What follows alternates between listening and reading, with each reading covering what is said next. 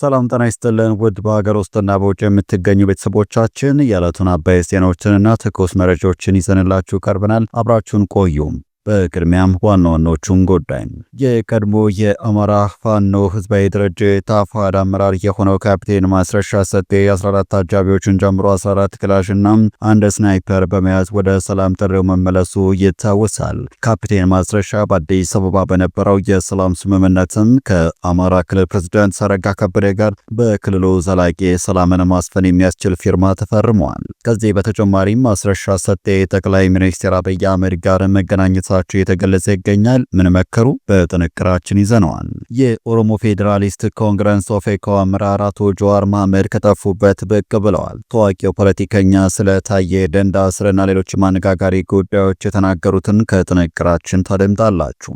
በደብረጽዮን ገብረ ሚካኤል በሚመራው የህወሓት ቡድንና በፌዴራል መንግስቱ መካከል የተፈጠረው መካረር በጀነራል ታደሰ ወረደ የሚመራውን የትግራይ ጊዜያዊ አስተዳደርን አጣብቂኝ ውስጥ ከቶታል። ጀነራሉ ከፌዴራል መንግስቱ ጋር ተኳርፈዋል። የራሳቸው ታጣቂም አፈሙዝ አዝሮባቸዋል። ቢሮአቸውንም ለቀው ተሸሽገዋል። ከመቀለ የተሰሙ አዳዲስ መረጃዎችንም ታደምጣላችሁ። በቅርቡ የተካሄደው የቲክቶክ ፈጠራ ሽልማት ወይም ቲክቶክ ክሬቲቭ አዋርድ የሀገሪቱን የወደፊት አቅጣጫ የሚወስን አደገኛ ደወል መሆኑን ምሁራን ተናገሩ። ይህ ነገር ሃይከል ተባለም በውስጡ ብዙ የተደበቀ መርዝ ይዟል ተብሏል። በጉዳዩ ላይ ባለሙያዎቹ ምን አሉ? እንነግራችኋለን። በአዲስ አበባ ከተማ ባለፉት 5 ወራት ብቻ ከ300 በላይ ህጻናት በተለያዩ ቦታዎች ተጥለው መገኘታቸው ተገለጸ። ህጻናትን ወልደው በተለያዩ ቦታዎች ላይ የሚተዉ ወላጆች ከድርጊታቸው እንዲቆጠቡ ማሳሰቢያ ተላልፏል። አስደንጋጩን ዜናም እንነግራችኋለን። ወደ ዝርዝሮቹም እናልፋለን።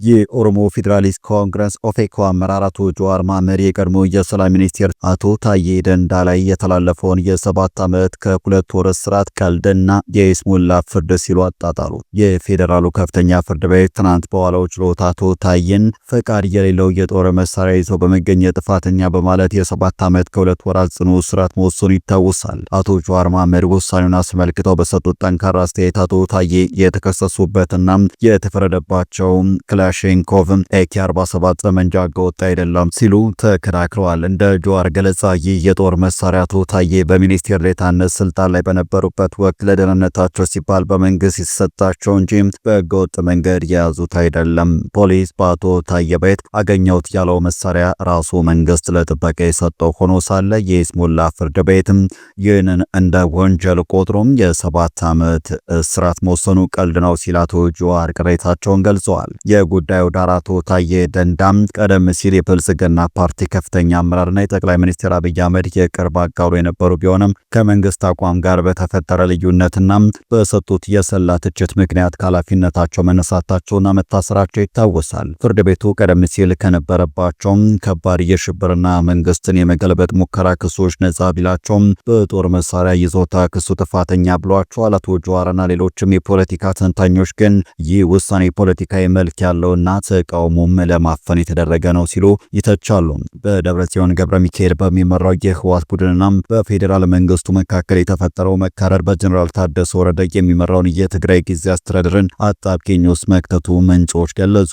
ኦኤምኤን እንደዘገበው በደብረጽዮን ገብረ ሚካኤል የሚመራው የህወሓት ቡድን የተወሰኑ የትግራይ ኃይሎች አመራሮችን ይዞ ከኤርትራ ጋር ጽምዶ የሚል ጥምረት መፍጠራቸውን ምንጮቹ ገልጸዋል። የትግራይ ኃይሎች የትኛውም አባላት ደግሞ በብዛት ከኤርትራ ጋር የተፈጠረውን ህብረት እየተቃወሙ መሆናቸውን የተነገረው የትግራይ ጊዜያዊ አስተዳደር ደግሞ በአንድ በኩል ከፌዴራል መንግስት ጋር ጨርሶ ወደ ግጭት ላለመግባት ከፌዴራል መንግስት ጋር የመስራት ፍላጎት እያሳየ፣ በሌላ በኩል ደግሞ አብዛኛው መዋቅሩ በነ ደብረጽዮን ገብረ ሚካኤል በሚመራው የህወሓት ቡድን አባላት በመያዙ ጽምዶ የተባለውን ከኤርትራ ጋር ለተፈጠረው ጥምረት በተመሳሳይ በእጅ አዙር አጋርነቱን እየገለጸ ሁለት ቦታ ቆሟል ብለዋል።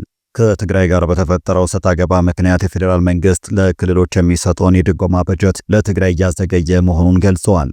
የፌዴራል መንግስቱ ለዚህ እንደ ምክንያት እያቀረበ ያለው የትግራይ ጊዜያዊ አስተዳደር በእነ ደብረጽዮን ቡድንና በአንዳንድ የክልል ወታደሮች አዛዦች ጫና ስር ወድቋል። እነሱ ደግሞ ከኤርትራ ጋር ጽምዶ የሚለውን ጥምረት ፈጥረው ሊወጉኝ ነው የሚልከው በጀት በአብዛኛው በህወሓት ለሚደገፉ ታጣቂዎች ነው የሚያወሩት የሚል ነው ብለዋል የኦኤምኤን ምንጮች። የፌዴራል መንግስት የድጎማ በጀት መዘግየት በየካምፑ የተቀመጡ ታጣቂዎች ክፍያ በመዘግየቱ ታጣቂዎች በጊዜያዊ አስተዳደሩ ላይ በተደጋጋሚ እያመጹ መሆናቸው ተሰምቷል። የትግራይ ጊዜያዊ አስተዳደር በበኩሉ የፌዴራል መንግስት የፕሪቶሪያ ስምምነት አልተተገበረም፣ የፌዴራል መንግስት አካሄድ ችግር ያስከትላል በማለትም ወቅሰዋል። የበጀት መዘግየት በህዝብ ፍላጎቶች ላይ እክል በመፍጠሩ ምክንያት ሰላም እየተዳከመ መምጣቱን ይገለጻል።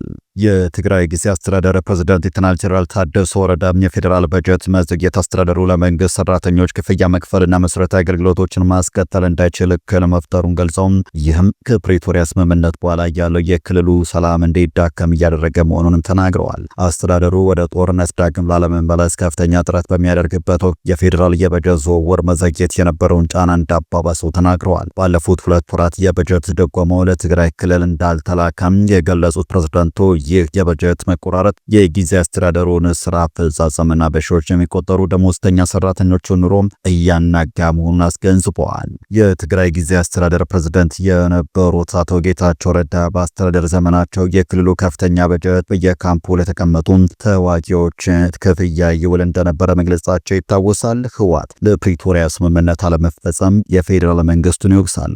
የፌዴራል መንግስቱ ደግሞ ዲዲአር የተባለውን የቀድሞ ታጣቂዎችን ትጥቅ የማስፈታት የታድሶ ስልጠና የመስጠትና ወደ ህብረተሰቡ በመመለስ የማቋቋም ፕሮግራም ህወሓት እንዳደናቀፈው ይናገራል። ህወሓት የቀድሞ ተዋጊዎችን ሆን ብሎ ለሌላ ዙር ጦርነት በየካምፑ እንዳስቀመጠ የፌዴራል መንግስቱም ይገልጻል። የሚልከው በጀት ትግራይን መልሶ ለማልማት ሳይሆን ታጣቂዎች ለማሰባሰብ እየዋለ ነው በማለትም ይወቅሳል። ህወሓት በበኩሉም የፌዴራል መንግስት የፕሪቶሪያን ስምምነት ለመተግበር ፍላጎት እንደሌለው በመግለጽ ይተቻል። ተፈናቃዮች ይመለሱ፣ ከጦርነት በፊት በትግራይ ስር ሲተዳደሩ የነበሩ አሁን ደግሞ በአማራ ክልል የተያዙ አካባቢዎች ይመለሱልኝም ብሏል። የፌዴራል መንግስት ደግሞ ህወሓትና ደጋፊዎቹ ተፈናቃዮች ለፖለቲካዊ ዓላማ እንደመያዥ አድርገው ወደ ቀያቸው እንዳይመለሱ እያደረጉ ነው በማለትም ወንጅለዋል። በቅርቡ የተካሄደው የቲክቶክ ፈጠራ ሽልማት ቲክቶክ ክሬቲቭ አዋርድ የሀገሪቱን የወደፊት አቅጣጫ የሚወስን አደገኛ ደወል መሆኑን ታዋቂው ጸሐፊና የሕክምና ዶክተር በረከት አማኑኤል አስጠነቀቁም። ዶክተር በረከት በሰጡት ጠንካራ ትንታኔ መድረኩ በድምቀትና በቅንጦት የታጀበ ቢሆንም በውስጡ ያዘለውን አስፈሪ እውነት መመርመር እንደሚገባም አሳስበዋል። እየሸለምን ያለነው ሀገር ገንቢዎችን ወይስ ጊዜ ገዳዮችን ሲሉ የጠየቁት ምሁሩም ሽልማቱ ለወጣቱ ያስተላለፈው መልእክት ከበለጸጉት ሀገራት ተሞክሮ አንጻር ሲታይ እጅግ አደገኛ መሆኑንም አብራርተዋል። የቻይና ደርብ መመዘኛ የቲክቶክ ባለቤት የሆነችው ቻይና ለገዛ ዜጎቿም የምትፈቅደው የቲክቶክ ቅጂና ለሌላው ዓለም የምታቀርበው ይዘት የተለያየ መሆኑን ዶክተር በረከት ጠቅሰዋል። ቻይናም ከ14 ዓመታት በታች ለሆኑ ህጻናት ሳይንስ ሮቦቲክስን ሀገር ወዳድነትን የሚያስተምሩ ይዘቶችን ብቻ ስትፈቅድ ወደ እኛ ስንመጣ ግን ነገሩ ተገላቢጦሽ መሆኑን ተችቷል። ቻይና ለልጆቿ የእውቀት ወተት ስትገት እኛ ለልጆቻችን በመዝናኛ የተለወሰ መርዝ እየሰጠን ይሆን ሲሉ ጠይቀዋል። የቻይና ዓለምን በቴክኖሎጂ የተቆጣጠረችው በመጨፈር ሳይሆን በትምህርት መሆኑን ማጽንኦት ሰጥቷል። ፈጠራ ወይስ መነጋገሪያ?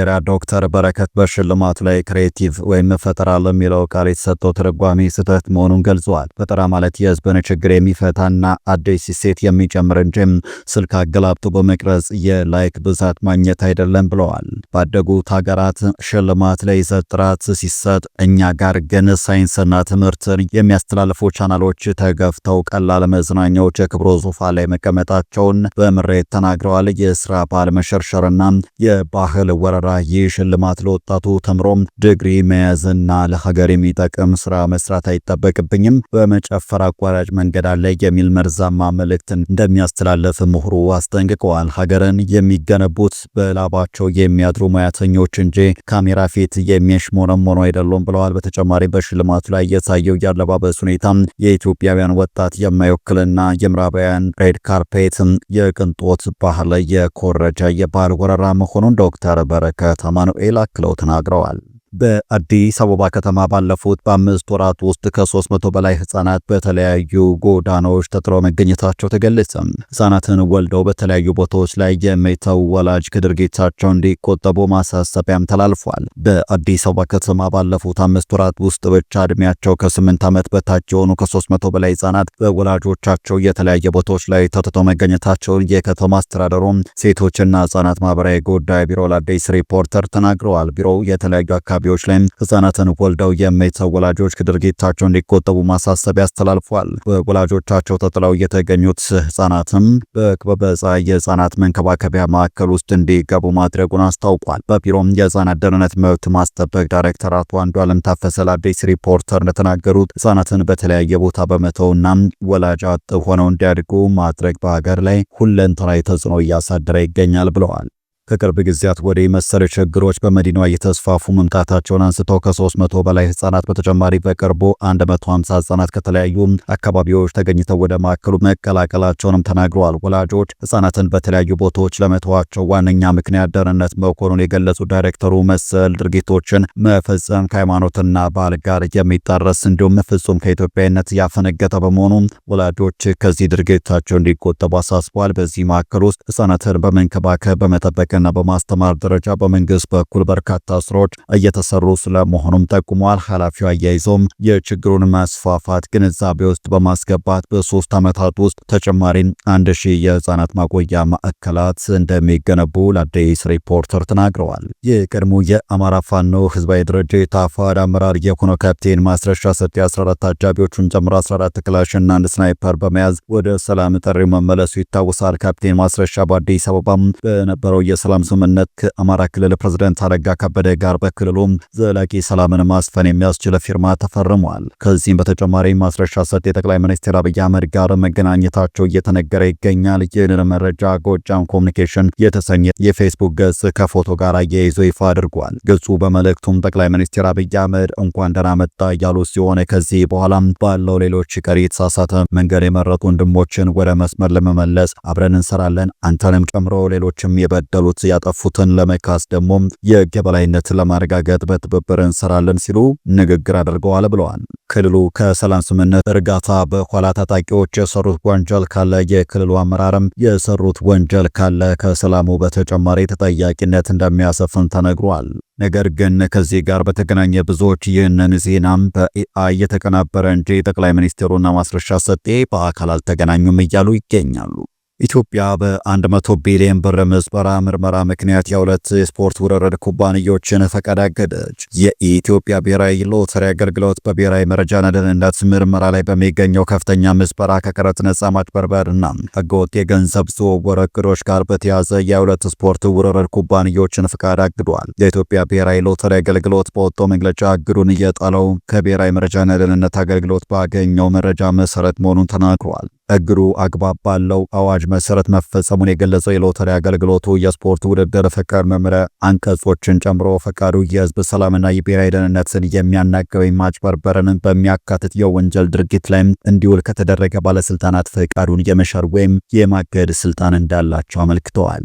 እግዱ የተጣለባቸው የስፖርት ውርርድ ኩባንያዎች አሁን ላይ እየተካሄደ ያለው የወንጀል ምርመራ እስኪጠናቀቅ ድረስ እንደማይንቀሳቀሱ ኤጀንሲው ገልጾም ምርመራው እየሰፋ በሄደ መጠን ተጨማሪ ኦፕሬተሮች ላይ እርምጃ ሊወሰድባቸው እንደሚችልም አስጠንቅቋል። ይህ የተገለጸው የብሔራዊ መረጃና ደህንነት አገልግሎት ከ100 ቢሊዮን ብር በላይ የመንግስት ገቢን መዝብረዋል የተባሉ የውርርድ ኩባንያዎች ባለቤቶችና ተባባሪዎች መያዛቸው ከገለጸ በኋላ ነው። አገልግሎቱ 24 ተጠርጣሪዎች በአሁኑ ወቅት በቁጥጥር ስር እንደሚገኙ አስታውቋል።